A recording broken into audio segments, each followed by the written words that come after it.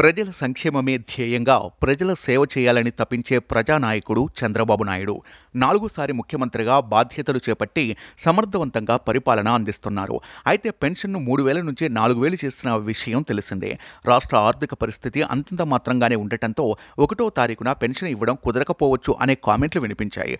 అయితే ఎవరు ఎలా ప్రచారం చేసినా 1వ తారీఖున ఉదయం 6 గంటల నుంచే పెన్షన్ పంపిణీ ప్రారంభం కావడంతో రాష్ట్ర వ్యాప్తంగా పింఛన్ సందడి నెలకొంది. ప్రతి నెల 1వ తేదీనే పెన్షన్ పంపిణీ చేయాలన్న ప్రభుత్వ ఆదేశాల మేరకు ఉదయం నుంచే ఈ కార్యక్రమం ప్రారంభమైంది. పెంచిన పెన్షన్తో లబ్ధిదారులకు ఒక్కొక్కరికి 4,000 రూపాయల చొప్పున పంపిణీ చేశారు అధికారులు.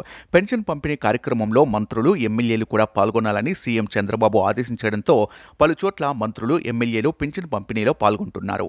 స్వయంగా తామే లబ్ధిదారులకు పెన్షన్ను అందజేస్తున్నారు. రాష్ట్ర వ్యాప్తంగా ఉన్న 64.82 లక్షల మంది లబ్ధిదారుల కోసం ముందుగానే ప్రభుత్వం 2,737.41 కోట్లు విడుదల చేసింది.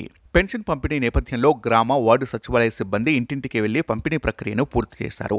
మేనిఫెస్టోలో ఇచ్చిన ప్రతి హామీని నెరవేరుస్తామని అన్నారు.